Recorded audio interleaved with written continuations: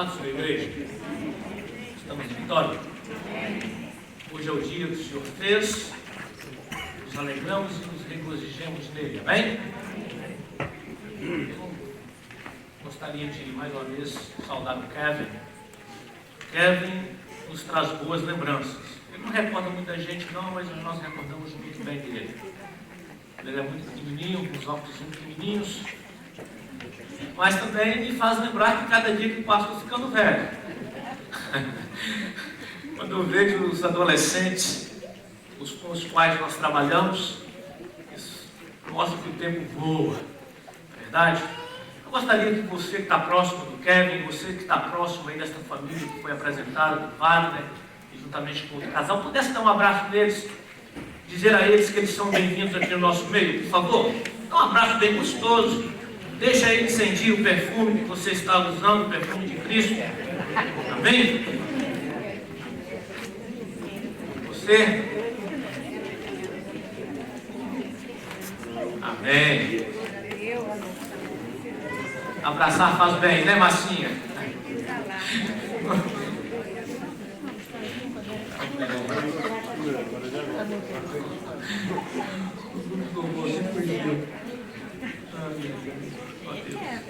Glória a Deus. Eu gostaria que você se colocasse de pé, por favor, e abrisse a sua Bíblia em Atos dos Apóstolos. Nós vamos ler bastante alguns versículos. Eu gostaria que você estivesse bem atento, amém? Atos capítulo 12, versículos 24 e 25. Depois estarei passando as outras passagens bíblicas para os irmãos. Quem encontrou diz amém? Amém. Amém. Diz assim, Atos capítulo 12, versículo 24 e 25. Entretanto, a palavra do Senhor crescia e se multiplicava. Barnabé e Saulo, cumprida a sua missão, voltaram de Jerusalém, levando também consigo a João, apelidado Marcos. Atos capítulo 13, 1 a 5, e o versículo 13 diz assim: havia na igreja de Antioquia profetas e mestres: Barnabé, Simeão por sobrenome Níger, Lúcio de Cirene, Manaém, Colasso de Herodes, o Tetrarca e Saulo. E servindo eles ao Senhor e jejuando, disse o Espírito Santo: separai-me agora Barnabé e a Saulo para a obra a que os tenho chamado. Então, jejuando e orando e impondo sobre ele as mãos, os despediram. Enviados pelo Espírito Santo, desceram a Seleucia e dali navegaram para Chipre. Chegados a Salamina, anunciavam a palavra de Deus nas sinagogas judaicas. Tinha também João como auxiliar. Atos capítulo 15, versículo 36 ao 40. Atos capítulo 15, versículos 36 ao 40. Alguns dias depois, disse Paulo a Barnabé: voltemos para visitar os irmãos por todas as cidades nas quais anunciamos a palavra do Senhor, para ver como passam. E Barnabé, perdão, queridos, eu quero voltar aqui no capítulo 13, no versículo 13. Atos 13, 13, que é uma sequência, eu preciso ler essa sequência. Desculpa. E navegando de Pafos, Paulo e seus companheiros dirigiam-se a Perge da Panfilha. João, porém, apartando-se dele, voltou para Jerusalém. Agora sim, Atos 15, 36 a 40, desculpe. Alguns dias depois, disse Paulo a Barnabé: voltemos para visitar os irmãos por todas as cidades nas quais anunciamos a palavra do Senhor, para ver como passa. E Barnabé queria levar também a João, chamado Marcos. Mas Paulo não achava justo levar aquele que se afastara desde a Panfilha, não os acompanhando no trabalho. Houve entre eles tal desavenço que vieram a separar-se. Então Barnabé, levando consigo a Marcos, navegou para Chipre, mas Paulo, tendo escolhido a Sila, partiu encomendado pelos irmãos a graça do Senhor. 2 Timóteo 4, 2 Timóteo 4, de 9 a 11. Paulo escrevendo a Timóteo, amém? Encontraram? Já está aí, né? Procura vir ter comigo depressa, porque Demas, tendo amado o presente século, me abandonou e se foi para Tessalônica.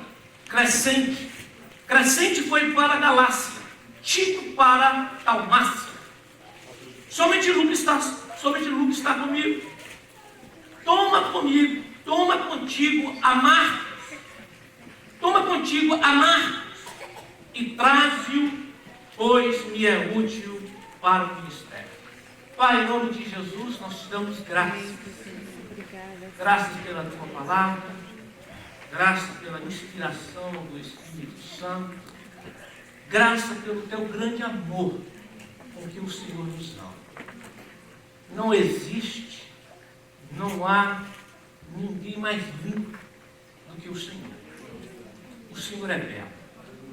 O Senhor é perfeito em toda a tua maneira de agir, de pensar e sentir as nossas vidas. Quem é como o Senhor? Ah, Deus perfeito. Tu és santo. Verdadeiramente, tu és o Filho de Deus. Amém. Deus, nós estamos aqui, ó Deus, na tua presença.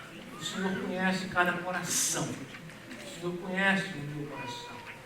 Por isso eu te peço nesta manhã, que seja o meu coração, os nossos corações, uma terra frutífera, uma terra boa, uma terra em que possamos abraçar, alojar a tua palavra.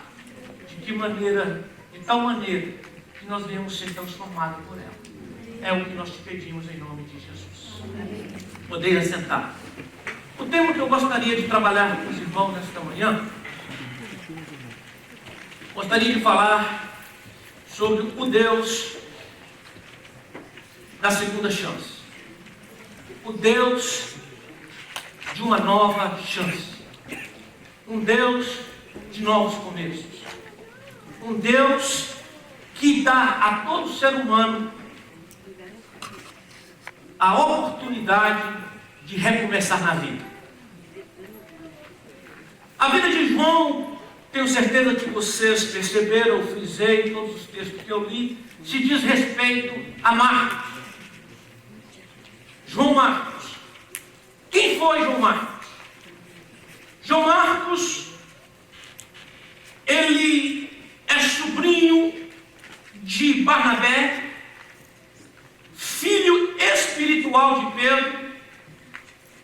João Marcos foi conhecido como Marcos, foi cooperador de Barnabé e de Saulo na sua primeira viagem missionária. João Marcos, ele participou do avivamento da igreja no primeiro século, em que a palavra do Senhor saía das fronteiras de Jerusalém, de Samaria e de Judeia e alcançava outros países, outros estados, outras nações, outras civilizações. Marcos testemunhou uma evangelização pessoal de um governador chamado Sérgio Paulo. Marcos, ele viu o poder de Deus na vida e através da sua própria vida, quando pregava a sua palavra. Porém, em um certo momento, em uma certa ocasião, como nós vimos no texto, Marcos decide desistir da viagem missionária. Ele decide regressar a Jerusalém. E a Bíblia não diz quais foram as razões que Marcos desistiu, regressou desta viagem. Porém, a vida de Marcos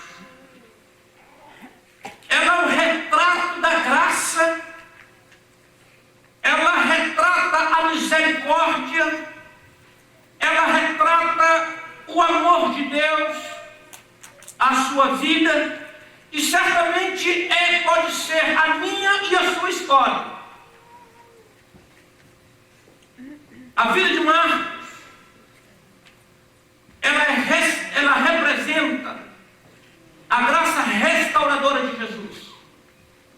Tanto que no último versos, e que eu li em 2 Timóteo, capítulo 4, de 9 a 11, mostra que alguns anos, possivelmente 20 anos depois, Paulo, aquele que falou assim, olha, Marcos, não é justo levar Marcos, ele abandonou. 20 anos depois, o Espírito da graça mostra que Marcos foi restaurado de tal forma que Paulo ouviu: me traga Marcos, me traga José, me traga Maria, me traga João, porque ele me é útil no ministério. Mostra-nos que é possível ao homem a começar novamente. É possível o homem ter uma segunda chance, um novo começo, para reescrever a sua história. Talvez é exatamente o que você e eu estamos buscando. Uma nova oportunidade, uma nova chance de recomeçar a vida. Sim, penso que em algum momento na vida, todos nós precisamos dessa chance. Todos nós precisamos de uma nova oportunidade. Thomas Edison conta uma história que quando ele fez a primeira lâmpada elétrica, ele chamou um dos seus assistentes para levar aquela lâmpada em um local seguro e com muito cuidado, porque custou muito trabalho, anos de pesquisa para desenvolver a lâmpada. E Thomas Edison chamou o seu assistente e lhe otorgou esta missão. E o assistente veio com toda aquela banca, com todo aquele ânimo, que ele estava com uma missão muito importante a fazer, que era transportar essa lâmpada. E quando esse assistente começa a subir as escadas, ele tropeça, cai e quebra a lâmpada. 24 horas depois, Thomas Edison torna a fazer a lâmpada e chama o mesmo assistente com a mesma missão para carregar aquela lâmpada. É a história de muitos na nossa sociedade. Talvez é a minha e a sua história. Temos uma missão profunda, importantíssima, que nós somos embaixadores de Deus nessa terra. E muito nessa escala de crescer em Deus, muitos tropeçam, muitos desistem, o vaso se quebra. Mas Deus nos chama nesta manhã para uma nova oportunidade. Aleluia! Aleluia! Deus nos chama para um novo começo. Não importa onde você caiu, não importa se você desistiu em algum momento da vida, Deus é um Deus de novos começos. Aleluia! E normalmente, a vida das pessoas que precisam de um novo começo, a sua existência, ela é marcada pelas perdas. As pessoas que precisam recomeçar, traz as marcas na alma de perdas, sejam elas emocionais, se perde de um familiar, como eu perdi recentemente. A minha mãe precisa aprender a recomeçar a vida sem meu pai.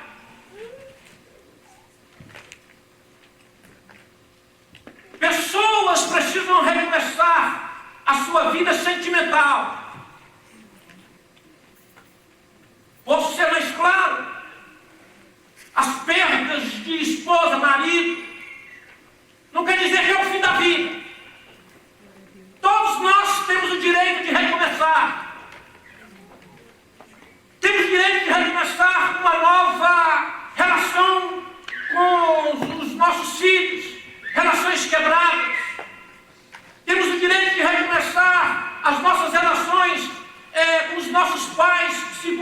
porventura deixamos de comunicar com eles, irmãos, tios, parentes, se pode recomeçar. Estou falando algo? Não.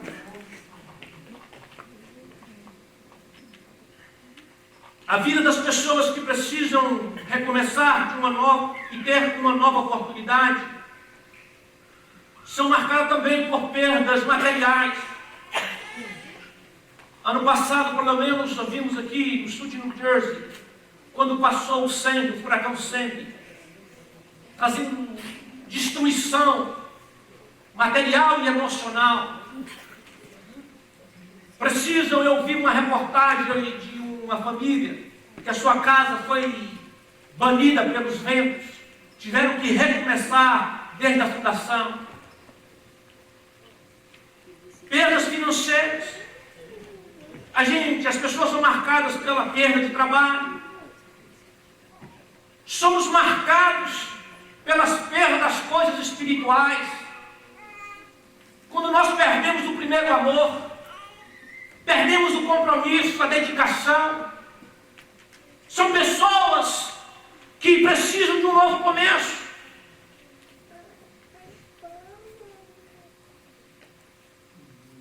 São pessoas que se encontram hoje achando que tudo está perdido, que não tem mais jeito, já se esgotou todas as forças para poder continuar. Andam suspirando com o suspiro da alma, de um cansaço na alma, porque a luta é terrível, é difícil. Anda com as mãos enfraquecidas, portanto, tentar recomeçar e às vezes não consegue. É nesses contextos que manifesta a graça de Deus. Porque Paulo mesmo diz que quando eu sou fraco, aí eu sou forte. A minha graça, o meu favor, te basta. As minhas misericórdias te bastam. Carlos Drummond de Andrade, ele retratou também um pouco da história de como se deve recomeçar. Eu vou ler um trecho dessa poesia. E hoje eu vou comprar seu livro, viu, irmãzinha? Eu acho que quando vamos envelhecendo, ainda gostando de poesias. Acho que faz parte da velhice. Glória a Deus.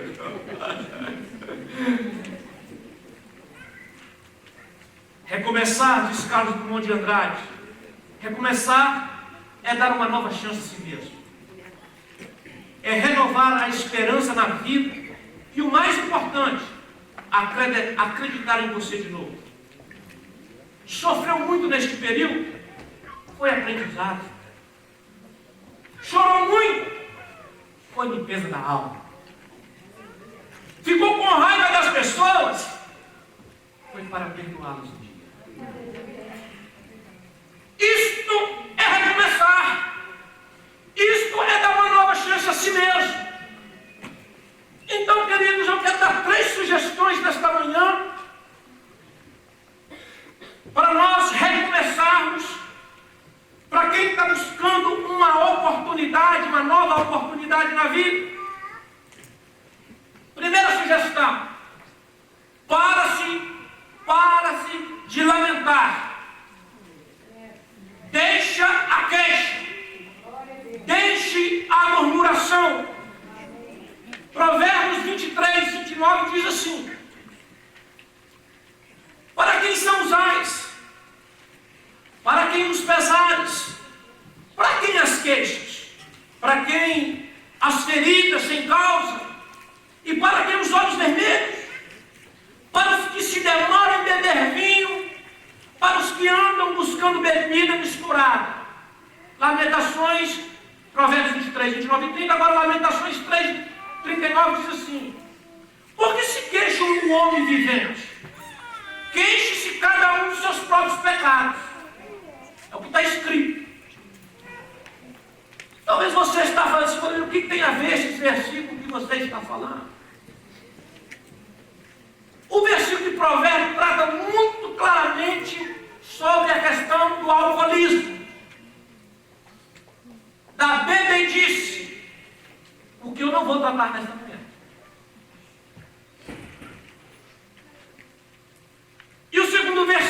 fala que as causas das nossas queixas não são provenientes de coisas externas, são provenientes de atitudes pecaminosas, são provenientes de quebrar um princípio divino, de não viver os valores da vida cristã.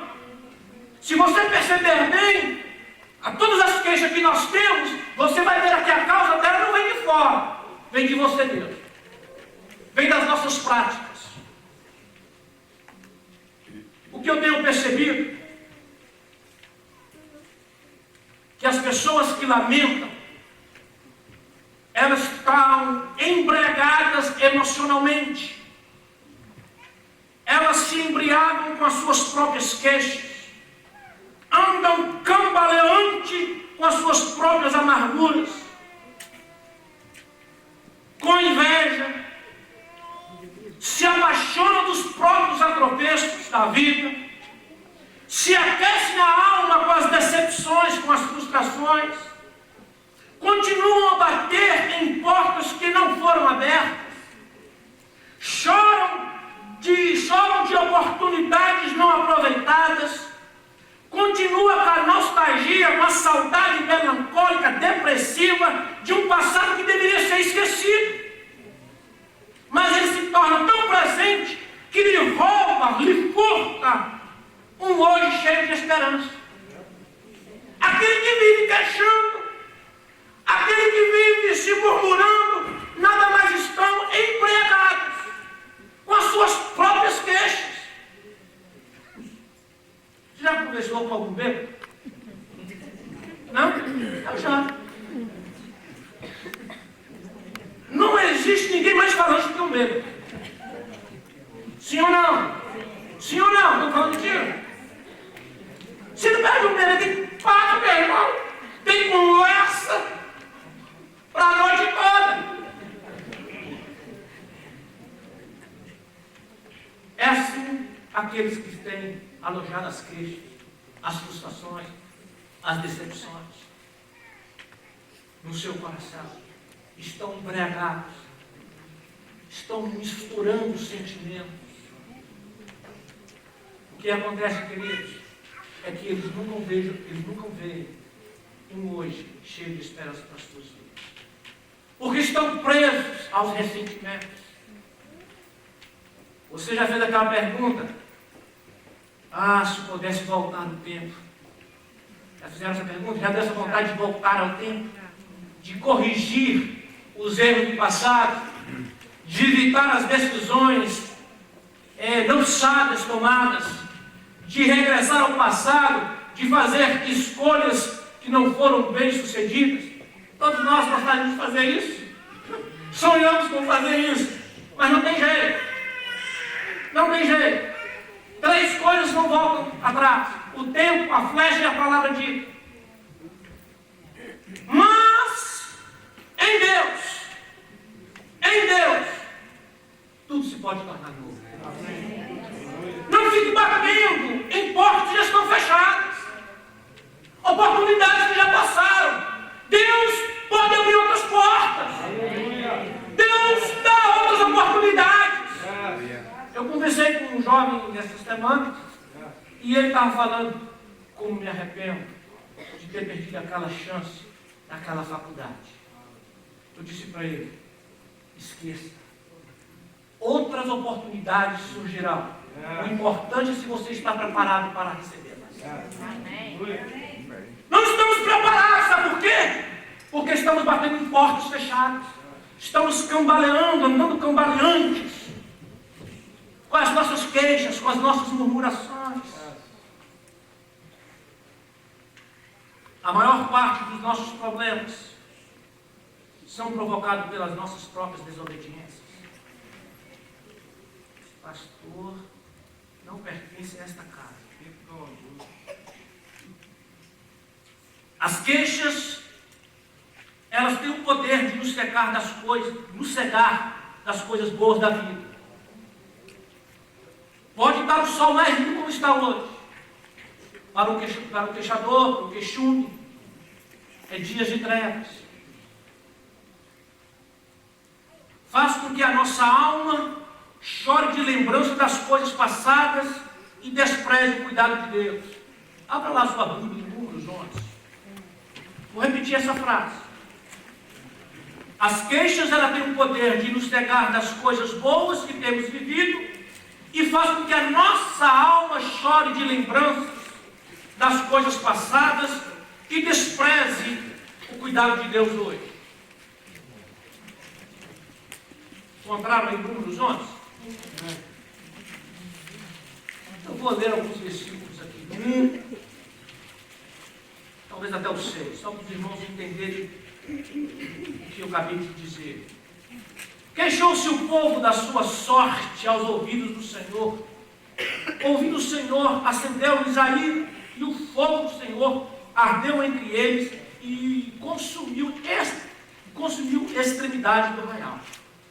Então o povo chamou a Moisés e, orando este ao Senhor, o fogo se apagou. Pelo que chamou aquele lugar Taberá, porque o fogo do Senhor se acendera contra eles. E o populacho, vou repetir, e o populacho que estava no meio deles veio ter grande desejo de comida dos egípcios. Pelo que os filhos de Israel tornaram a chorar. Também disseram: quem nos dará a carne a comer? Lembramos-nos dos peixes que no Egito comíamos de graça, dos pepinos, dos melões, dos alhos silvestres, das cebolas e dos alhos. Que banquete! Agora, porém, se seca a nossa alma e nenhuma coisa vemos senão este maná. Até que tá bom, não precisa nem mais. Entenderam o que eu acabei de falar? A queixa, elas têm o poder de nos cegar das coisas boas que temos vivido, das provisões de Deus, do maná de Deus, e faz com que nos leve, a nossa alma chore de lembrança das coisas passadas e despreze o cuidado de Deus. E quem provocou todas estas lembranças? A Bíblia diz que foi o populacho. Quem é o populacho? O populacho é um grupo de pessoas que, quando Deus tirou o povo do Egito, vieram um grupo de pessoas, um grupo de semitas no meio do povo, inclusive dizem que veio alguns egípcios. Não eram bobos nada, viram? Olha, a nossa salvação é sair com este povo, porque esse Egito vai acabar mal. Então esse populacho foi uma pedra no calo de Israel. Foram eles que inspiraram a Israel a murmurar contra Deus, contra o maná. Lá no Egito, as coisas eram boas. Lá tem melão, lá tem alho, lá tem cebolas. Estou comendo aqui manazinho. As queixas fazem nos cegar que nós éramos escravos no Egito. Você comeu bem no Egito? A Bíblia fala que nós éramos escravos do diabo. Não sou eu, irmão. É a palavra.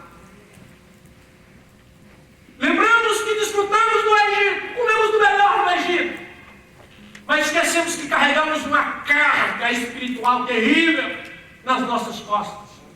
Trabalhos pesados, sem a provisão, sem a misericórdia de Deus. Achar que no mundo tem um banquete para a nossa alma. Desculpa, pastor.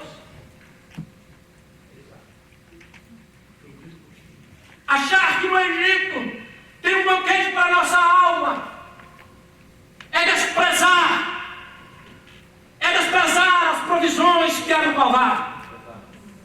Não permita nada no seu coração que te leve a ter lembrança de coisas vividas no passado.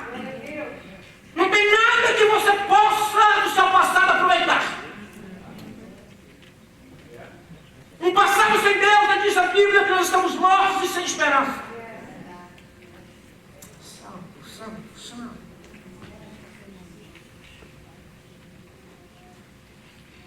A queixa ela está relacionada à impaciência.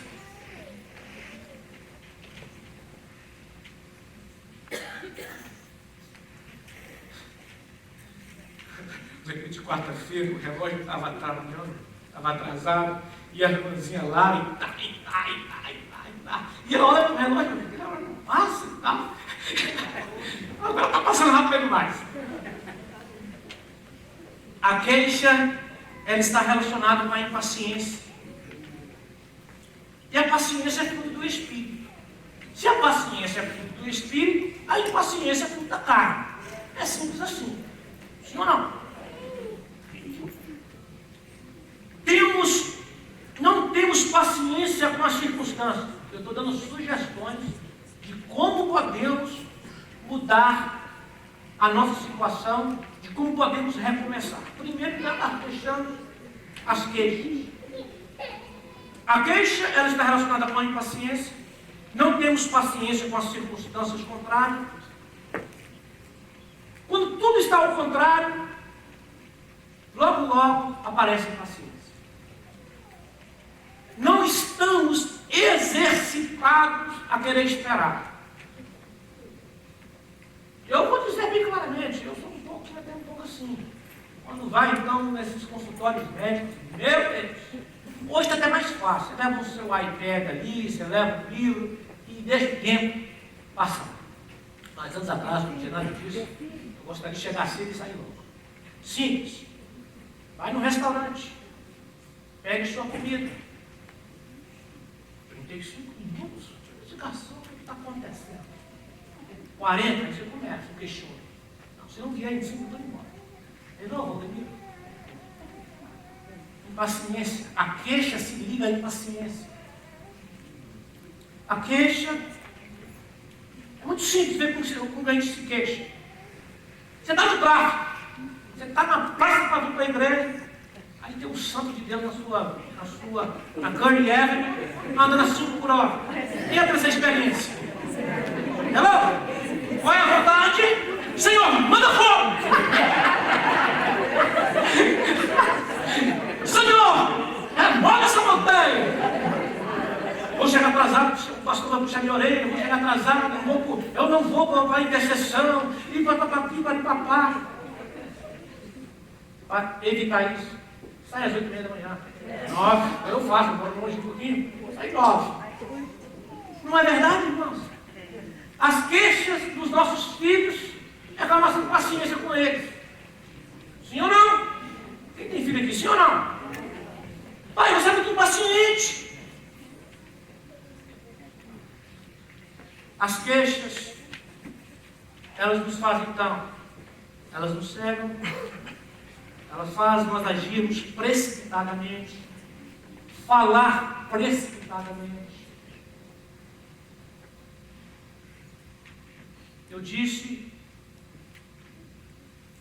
que as queixas, elas embriagam nossa alma. Elas fazem nós falarmos coisas que nós não deveríamos falar. Alojar sentimentos que nós não deveríamos alojar. Eu quero voltar a uma pregação atrás. E eu disse, eu quero estender que as más conversações corrompem os bons costumes. Quando eu falei sobre o homem e as suas amizades, as más conversações não quer dizer que em relação simplesmente ao ímpio. As más conversações se ocorrem no nosso convívio, seja ele ímpio ou seja ele crente. Um crente com a alma embriagada por sentimentos negativos falam coisas que não deveriam falar. Pior ainda agora, usam as redes sociais para se desabafar. Usa as redes sociais como popular, tornam parte do popular, inspirando os outros às mazelas da vida.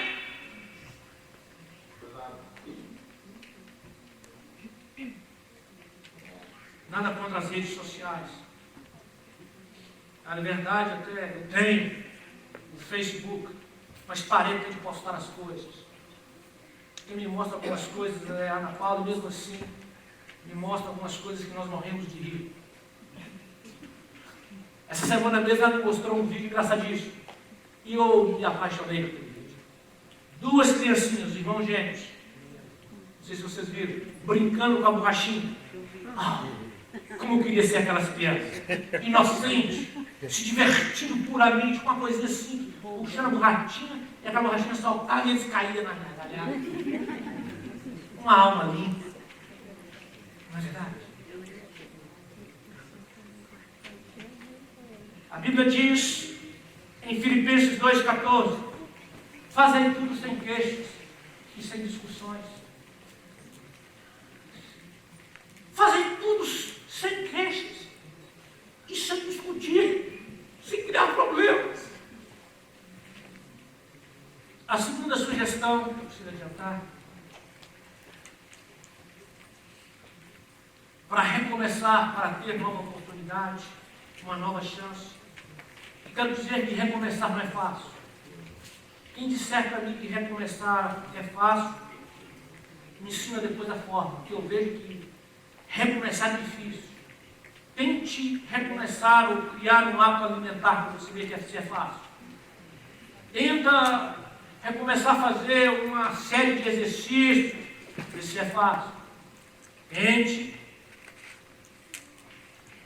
A segunda sugestão que eu tenho para nós que queremos recomeçar é não ficar dando desculpa para os nossos próprios erros. Quem quer recomeçar na vida, não pode se desculpar dos seus próprios erros, se auto-justificar dos seus próprios erros. Que tenho percebido que é muito fácil transferir os nossos erros para as outras pessoas. É fácil justificar as nossas faltas. É fácil justificar os nossos retrocessos a outras pessoas. E isso faz parte do ser humano. Desde Adão e Eva foi assim. A história de Adão e Eva é a história de todos nós. De nos esconder atrás dos arbustos da nossa autojustificação. Dizer que foi o homem, foi a mulher que me deste. É a mulher que me deste que me fez comer deste fruto. Eva diz para Deus: olha, não foi Adão, foi a serpente, foi o diabo que me fez recorrer e comer e a desobedecer ao Senhor. Vocês já percebemos que sempre estamos buscando um bote expiatório para as nossas faltas. Para recomeçar, é preciso coragem de admitir os erros.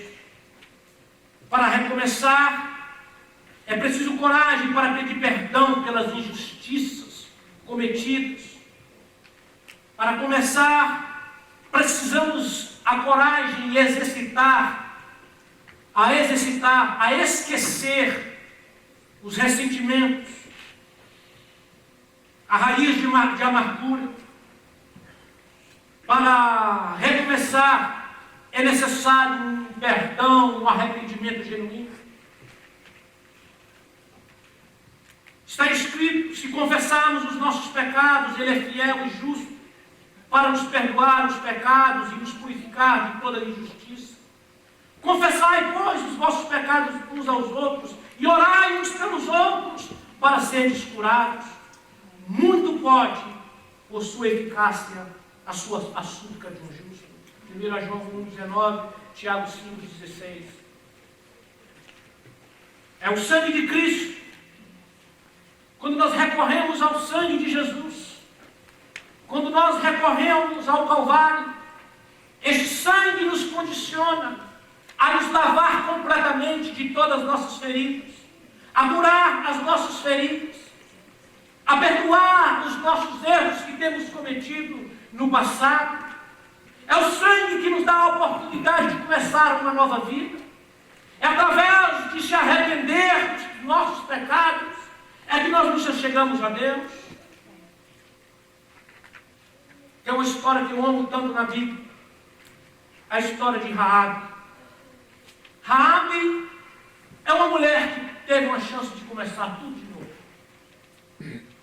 Raabe é uma mulher conhecida em Jericó no ramo da hospedaria e do entretenimento sexual.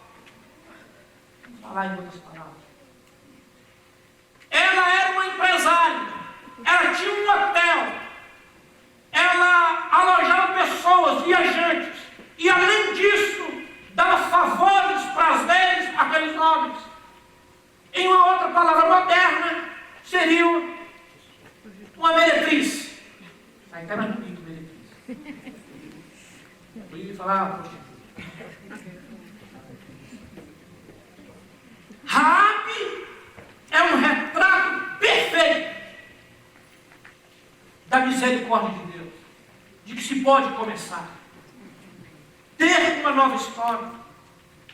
Raabe vivia em uma cidade condenada sob o juízo de Deus.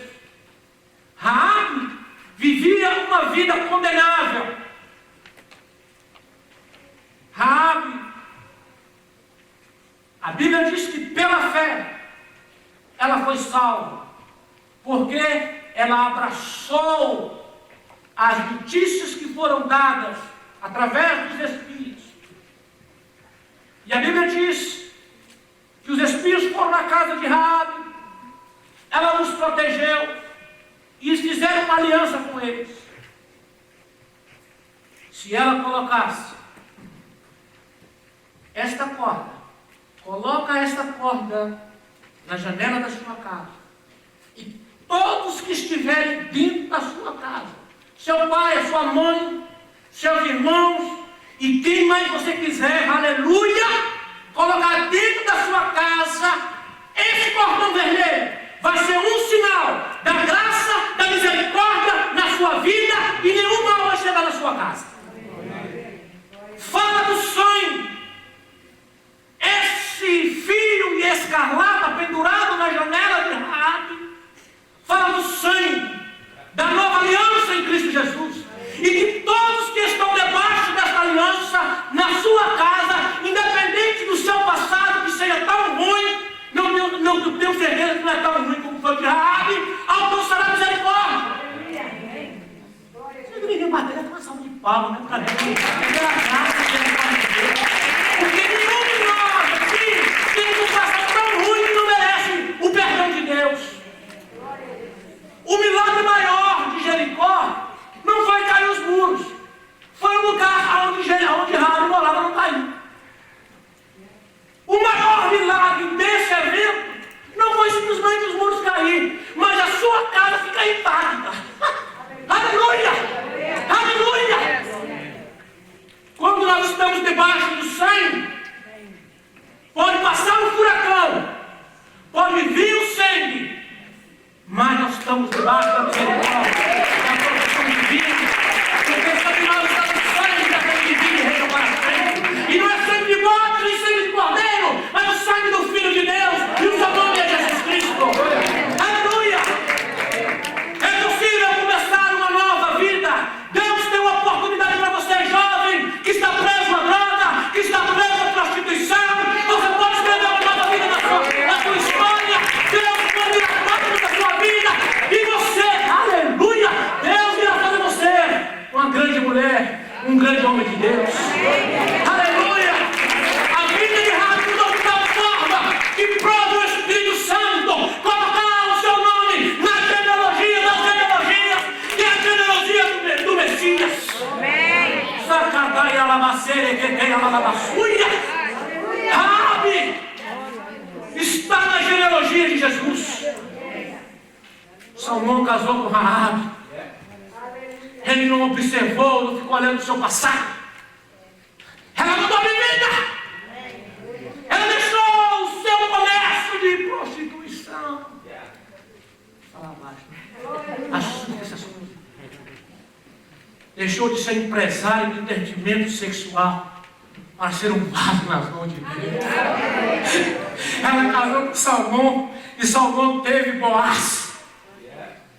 Boaz casou com Ruth e teve Jessé. Jessé teve Davi. Sua vida mudou.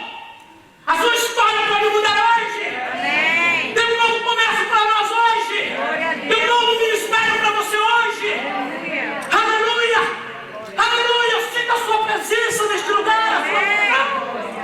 Sangue. Porque havia sangue. Pelo sangue ela foi poupada. Não foi condenada juntamente com os habitantes de Jericó. Tudo isso tipifica este mundo, irmãos. Tem um juiz determinado para as nações. Tem um juízo determinado por mim e por você, de Deus às nações. Assim como foi Noé, as portas ainda estão abertas. Você precisa entrar de hoje. Você precisa entrar hoje em aliança com este Deus. Já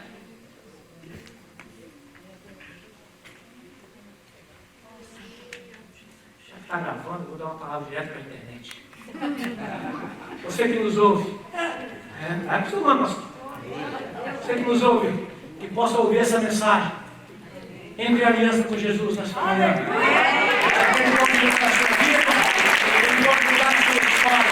Assim como mudou a história de Raab. Não há passado tão ruim que não pode ser mudado hoje pelo sangue do Cordeiro. Glorifica, pastor. Glorifica. Glorifica, pastor. Abre a boca, pastor. Glorifica. Quer ver mais quem foi mudado? Não tenho tempo. Se vocês me derem, não tenho tempo. A vida de Tamar. Pergunta quem foi Tamar, né? O Espírito Santo parou de falar a história de José, no capítulo 37 de Gênesis, para falar da história de Tamar. Tamar, ela casou com um dos filhos de Judá. E os seus dois primeiros filhos, casou com Tamar, porque era de direito, era a lei do livre-arbítrio. O primeiro casou, morreu, não deu filho. O cunhado tinha que suscitar filhos a Tamar, para que o nome do primeiro filho não ficasse esquecido. Casou com o segundo, morreu. Onã morreu, a Bíblia fala que Deus matou Onã. É o que está escrito, Deus matou Onã. Porque todas as vezes que ele entrava a ela, isso é forte, não preciso falar. Em outras palavras, ele não chegava ao fim do trabalho. Deu para entender? Ok. E a Bíblia diz que isso era mal diante dos olhos. Sabe por quê? Porque Onã sabia que o filho que ele ia suscitar a Tamar não seria sua descendência. Eu vou dar uma geralzinha. Eu aprendi essa lição, sabe quando? Há 15 anos atrás. E eu falei assim, o que o senhor quer me mostrar na vida de Onã? Onã era um homem frutífero. Onã iria dar filhos a Tamar, mas ele sabia que os filhos não seriam dele. Então ele não chegava até o final das coisas. É assim que muitas vezes acontece. Que quando não se aplaude a mim nem a você, nós não queremos ajudar. Quando eu não estou em evidência, eu não vou ajudar. Eu não vou colaborar.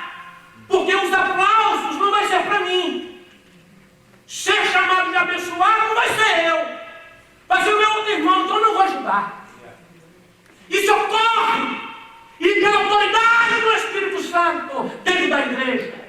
Quando nós precisamos de unir as mãos, de estarmos juntos, de dizer como já não importa que ele cresça e que nós diminuamos, não. Importa que eu cresça e que o outro diminua. Por isso nós não chegamos a lugar nenhum. Por isso nós não multiplicamos, porque não estamos dispostos a fazer o que o outro frutifique. A vida de Tamar mudou. Era direito dela. Era direito dela de querer que lhe desse uma herança. E aqui tem uma lição, irmãos, da vida de Tamar.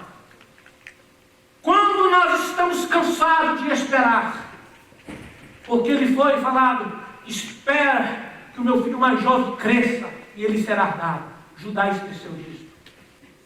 Então ela usou das artimanhas da sedução para alcançar o seu objetivo. Na vida espiritual, nenhuma sedução abre portas diante de Deus. Nenhuma sedução diante de Deus irá fazer concretizar aquilo que você está buscando.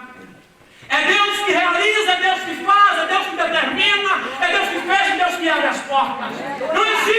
Não existe força barra com Deus. Eu conheço 1001 histórias.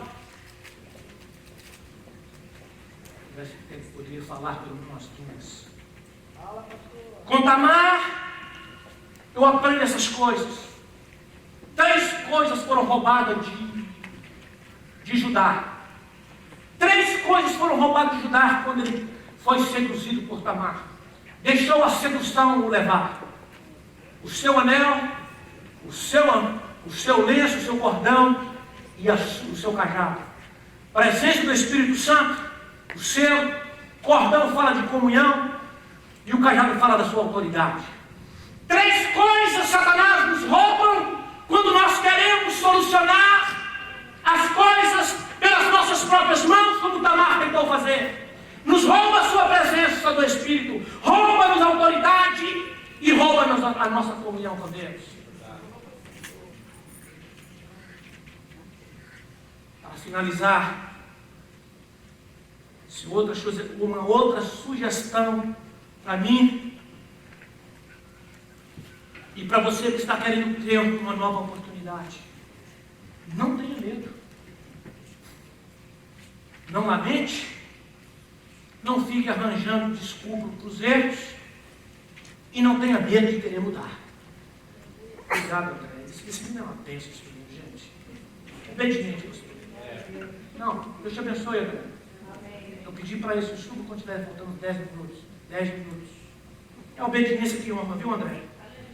Deus te abençoe, querido. A primeira vez que a palavra medo aparece na Bíblia, ela está associada com a desobediência. Ouvi a sua voz e tive medo. A primeira vez que aparece a palavra medo. Se você perceber, o medo é assim. Passa o sinal vermelho para você ver, vai ver aquela sensação de temor. Será que alguém viu? Será que tem um policial atrás de mim? Medo. Desobediência, passou o sinal vermelho. Surge aquela sensação, oh my God, agora eu estou no sal. Sal é uma expressão mineira. Agora, querido, o medo também é benéfico em certas situações. É simples. O medo, ele pode ser como uma sensação de preservação da vida. Suponhamos que nos convide para ir no Bronx, na pior área do Bronx, 3 horas da manhã. Eu vou ter medo. E a minha vida vai ser preservada por causa do meu temor. Sim ou não? Se você está atravessando despercebido e vê um carro e buzina, a primeira coisa que você vai fazer é dar um salto. E esse salto nada mais é reação do seu medo. Porque se você não ouve esse temor, você vai ser atropelado. Então, em certos momentos, o medo, ele é benéfico. Agora, quando é que surge, então, o medo? O medo surge quando as coisas elas saem do nosso controle.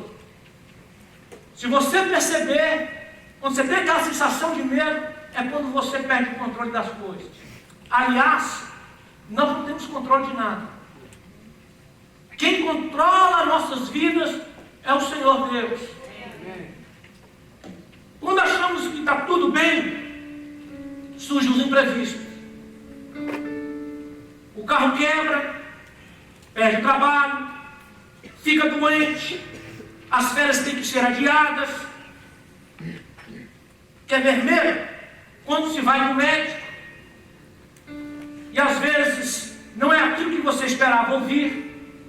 Tem gente que deixa de fazer consulta que tem medo. É, pastor? Eu vou lá, depois me descobre que eu estou com alguma coisa. Vou nada. Medo faz isso. Medo nos prende. Tem gente que tem medo de andar de avião. Não, desculpa. Corta aí, meu irmão, corta isso aí, isso não pode. Medo nos impede de fazer tantas coisas boas. Para começar, para recomeçar, nós não podemos ter medo. O medo surge como um gigante, ameaçador, gritando em alta voz que tudo está perdido, que tudo vai acabar mal, não tem mais jeito, nós vamos morrer. Lembra daquela tempestade que Jesus estava dormindo e os discípulos no alto mar?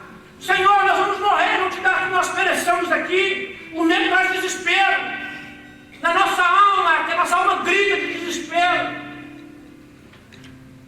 O medo, ele às vezes não mata fisicamente, mas mata emocionalmente, tirando-nos a alegria de viver, tirando de nós oportunidades que estão na nossa frente. As portas se abrem, nós temos medo de entrar por elas. Para recomeçar, não pode ter medo. Converse com alguém em qualquer segmento da vida que teve que recomeçar. Pergunte se ele teve medo. Ele foi corajoso.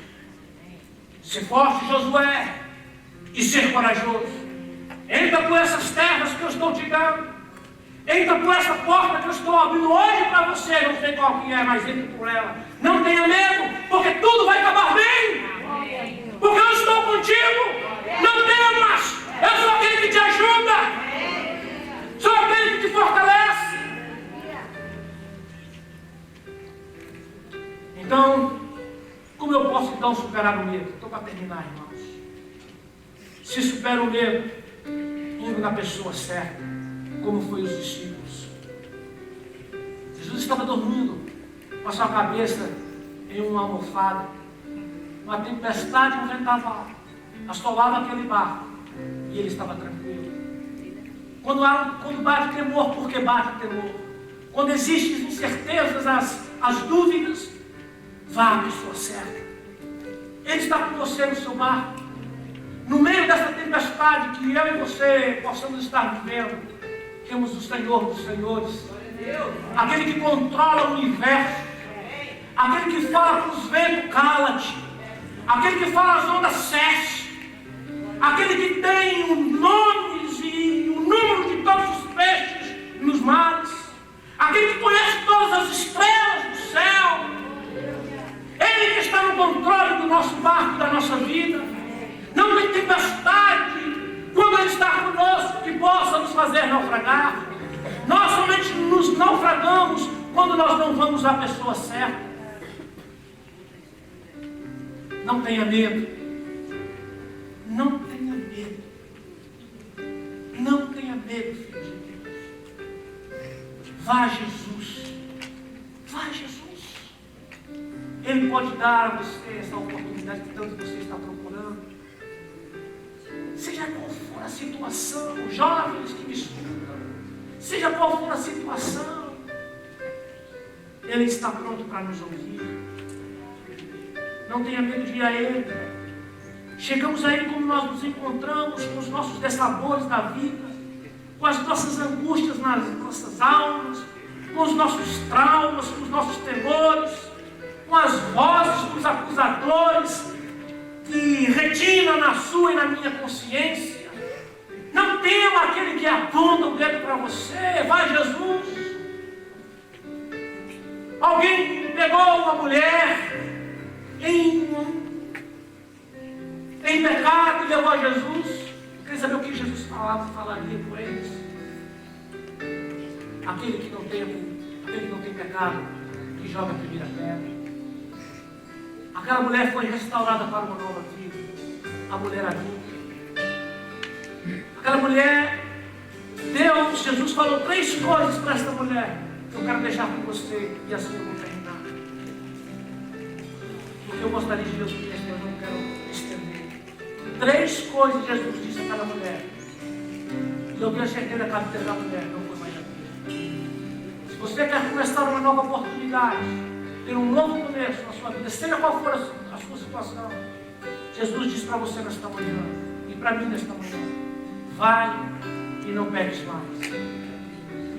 Recomece uma nova história na sua vida. Reescreva o seu livro, da sua própria biografia. Recomece tudo de novo no seu lar. Recomece uma paixão fervorosa, fervente, apaixonante pelo seu marido, pela sua esposa. Volte para a escola. Recomece um novo trabalho. Muda o seu rosto, corta o seu cabelo, passa um gel, passa um batom, passa um perfume. Mas sai daqui de hoje diferente. Recomece. Então vai e não pegue mais. Jesus disse outra coisa para a mulher: nem eu te condeno. Nem eu te condeno. Em outras palavras, Jesus não sou eu. Eu amo a mim. Perdoados estão todos os teus pecados. Perdoados estão. Perdoados estão. Eu não te condeno, mulher, homem, criança, jovem, ancião. Eu não te condeno pelo seu passado. Simplesmente vai e não peques mais, porque eu te perdoo. E a terceira coisa que Jesus disse a essa mulher, falando do seu futuro: vai. Jesus não aprendeu. Jesus não a amarrou. Diz: vai, segue a sua vida, porque tem um futuro, um horizonte a ser conquistado. É como Deus falando para a nação de Israel: porque eu sei, eu conheço os planos que eu tenho para vocês, diz o Senhor, planos de fazê-los prosperar e não lhe causar dano, planos de lhe dar a esperança e um futuro. É o que Deus tem para mim, é o que Deus tem para você e para todos quantos que querem recomeçar nesta manhã. Se coloque de pé.